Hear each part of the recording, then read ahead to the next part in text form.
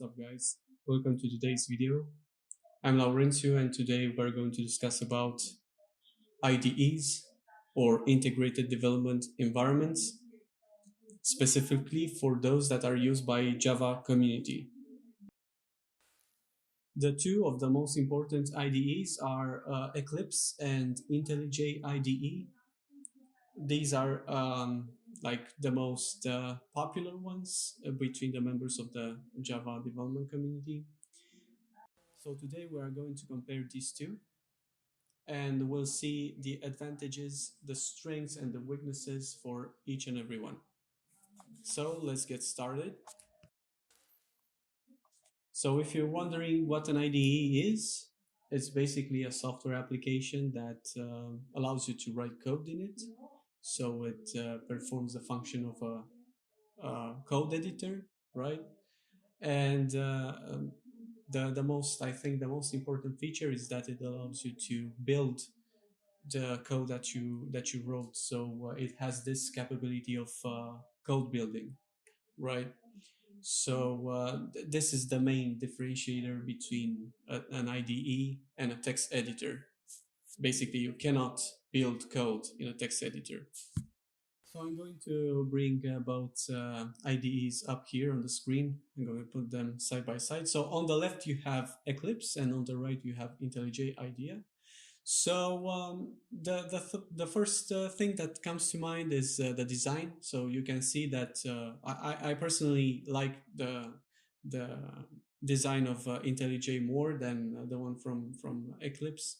It looks it looks it looks better. It has this minimalistic design, whereas Eclipse looks like I don't know, some old Windows application, right? But this is just a matter of taste. It's not something that matters, right? So the most important is the functionality for both of them.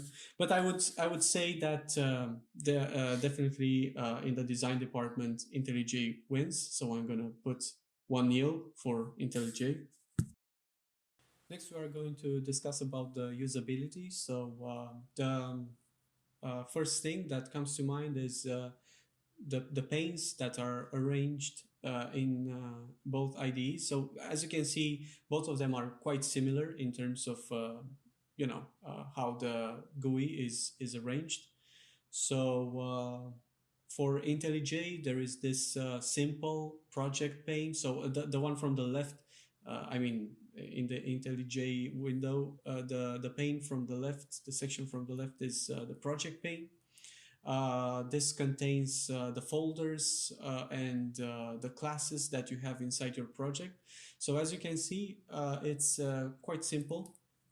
You have the folders, the classes. You don't have anything else like the methods inside the class and stuff like that, right? Properties that reside inside the class. You don't have such things. Whereas in Eclipse, you have a bit more detailed project pane.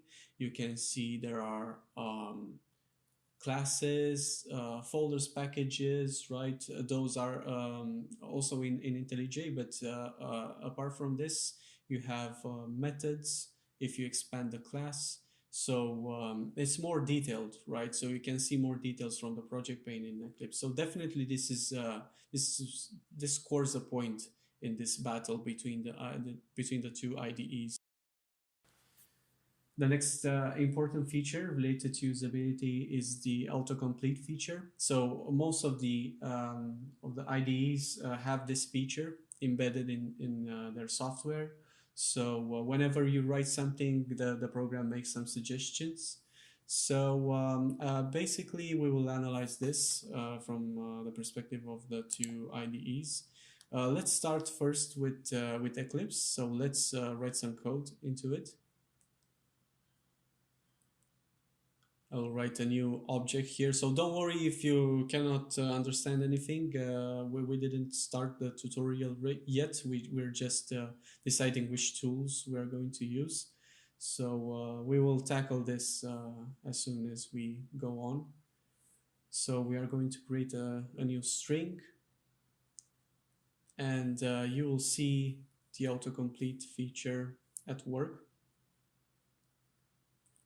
So I will create a new line where I'm going to use this new string object that I've created, and I will search for a method called, or a function, right, called equals. So if you see that if I write equals, the first thing that comes is content equals, which is alphabetically the first option that contains the equals word, which is not ideal, right? You need to select from that list your method that you're interested in. Um, the best would be to for the exact keyword to come up, which doesn't in Eclipse. So let's take a look in IntelliJ as well. So I'm going to do the same thing here. Going to define a new string. It's basically the same thing, and then I'm going to use and search for equals. So as you can see, the exact method will come up, which saves time, right? It's more useful to do it like this, like to have it like this, right? So definitely the autocomplete feature is more advanced, more developed in IntelliJ. So I'm going to add 1 point to IntelliJ for this. The next functionality that I want to tackle is the debugger. So most of the IDEs have a debugger embedded that will allow you to debug your code to see what's happening at a specific point in time. So let's start with IntelliJ. You can see here that you can put breakpoints. So breakpoints are the moments in which you want your code to be your execution. You want your execution to be stopped. So you can put easily with left click. It's very straightforward, and whenever you run the debugger, you will see everything arranged in the bottom of the screen. You will see your variables defined there. You will see the values that they have at runtime. So everything is quite easy to understand, right? It's quite straightforward to have them like this. So yeah, let's see what Eclipse can provide to us. So as you can see, it's not that straightforward to put breakpoints. You need to double click instead of one left click. It's not, I mean, this is not a deal breaker, but it can cost you some time. And if you're not familiar with the IDE, it can be, you know, a bit cumbersome to realize that you need to double click. So it's not that intuitive, right, as it is in IntelliJ. So let's see what's happening when we debug the code. So instead of having this pane by default arranged at the bottom of the screen, we can see it on the right hand side, which is not ideal, right? So it's if you have the IDE set on the middle of the screen, I mean on the first half of the screen, like I have it here, you will see that it's pretty difficult to read. You need to expand some panes. Of course, you can move the panes around, but you know, this will cost you a bit of additional time. So I would say IntelliJ will wins at this chapter, right? So debugging is much easier and much more, you know, easier to understand in IntelliJ. The next topic that I want to address is the performance issue. So if you have a capable computer with plenty of resources, you'll see that IntelliJ behaves better.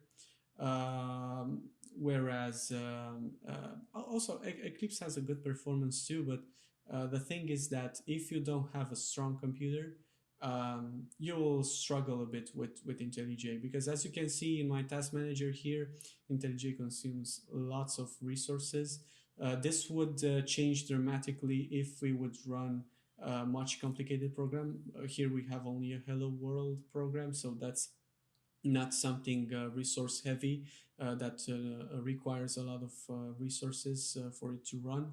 But definitely Eclipse is a lot more optimized than IntelliJ, especially due to the graphical elements, right? Because IntelliJ has this design. It comes with a cost, right? So you cannot have both performance and good design in the same application. You just need to compromise one instead of the other.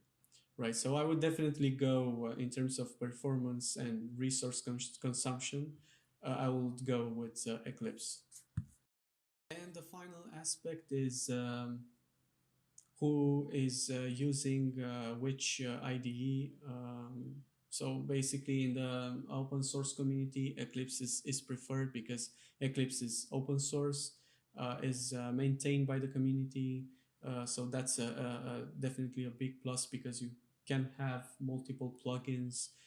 You're not dependent on a single software company that develops a product to, address an issue, fix a bug, or stuff like that. So definitely that's a plus. But on the other side, IntelliJ is preferred in the enterprise community. So if you wish to find a job as a Java developer, most probably if you're going to work in a corporation, you are going to use IntelliJ because this is the preferred option. Of course, you have a free alternative in IntelliJ. It's called the community edition, which you can use. So it's free. It's free of charge. You can use it as much as you want. There are no ads or anything, so it's exactly like Eclipse. But yeah, the support might not be that good because there aren't that many supporters in the open source community for IntelliJ as they are for Eclipse. So we have reached the end of this tutorial. As you can see, IntelliJ is leading 3 to 2 points. So we are going to use this for the rest of our tutorials for Java. Next time we are going to discuss about primitive data types in Java. So see you in the next video.